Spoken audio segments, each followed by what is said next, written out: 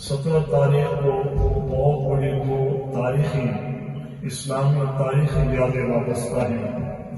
میں نے افطاری کے ذریعے آپ نے بتایا کہ ایک تو یہ یاد وابستہ ہے کہ امہات المومنین میں سے ازواج مطہرات میں سے ام المومنین حضرت عائشہ صدیقہ رضی اللہ تعالی عنہ کا یوم مثال ہے.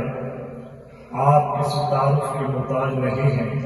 سیدنا صدیق اکبر رضی اللہ تعالی عنہ کی رخت جگر صاحبزادے ہیں اور پیارے آقا صلی اللہ علیہ وسلم کی زوجہ محترمہ جو تمام ازواج میں سے سب سے پیاری اور عزیز زوجہ نبی رحمت صلی اللہ علیہ وسلم کی تھی.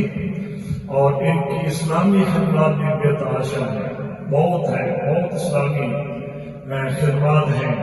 نبی کریم صلی اللہ علیہ وسلم کی حیات طیبہ کے ساتھ وابستہ جتنی بھی احادیث ملتی ہیں وہ حضرت ام المومنین عائشہ صدیقہ رضی اللہ تعالی عنہا سے ملتی ہیں. اس لیے کہ آپ زوجہ تھی، آپ کو بہت سارے خصوصیات حاصل ہیں کہ جب نبی اکرم صلی اللہ علیہ وسلم نے رحلت فرمائی تو پیارے آقا صلی اللہ علیہ وسلم کا سر اقدس ام المومنین عائشہ صدیقہ کی گود میں تھا. اور پھر جہاں آج بیٹے ہوئے نے آرام فرما رہے ہیں یہ حجرت بھی ام المومنین حضرت عائشہ صدیقہ رضی اللہ تعالی عنہ کا ہے. اور آپ نے فروغ اسلام کے لیے بہت خدمات انجام دی. صحابہ کرام رضوان اللہ تعالی علیہم اجمعین آپ کے شاگردوں میں سے تھے. جب کوئی مسئلہ حل نہ ہوتا تو یہ زوجہ محترمہ ام المومنین حضرت عائشہ صدیقہ رضی اللہ تعالی عنہ کی بارگاہ میں پہنچتے وہ مسئلے کو حل فرما دیتی.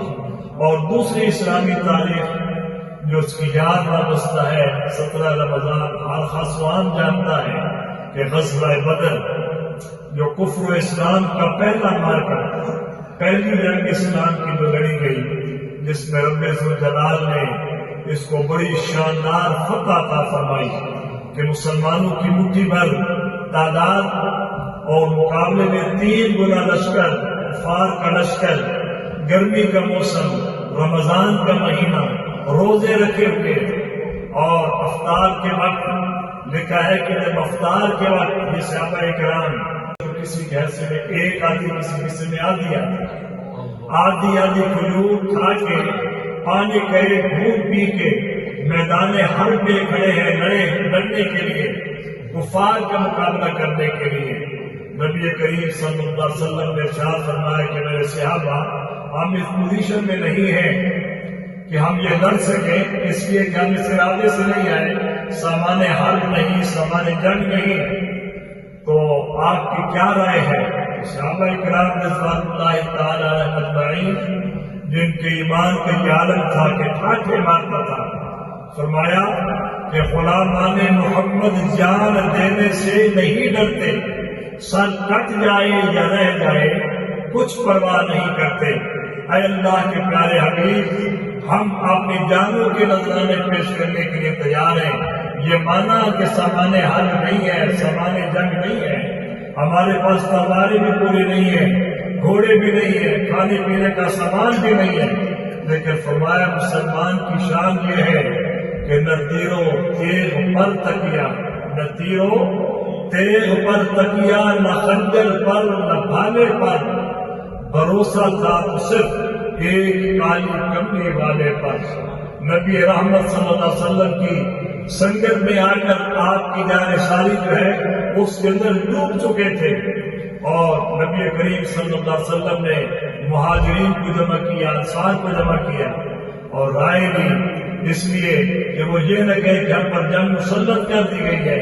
مہاجرین و انصار کو جمع فرما کر اللہ کے پیارے رسول نے جب پوچھا تو مہاجرین کی نمائندگی کرتے ہوئے سیدنا صدیق اکبر اور سیدنا عمر فاروق رضی اللہ تعالیٰ عنہ کھڑے ہوئے اور انہوں نے اٹھ کے عرض کیا کہ اے ہادی دوران،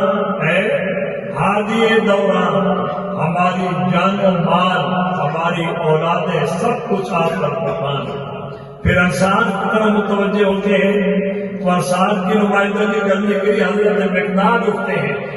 حضرت مقداد نے بھی اسی طرح جا رسالی کو ثبوت دیا.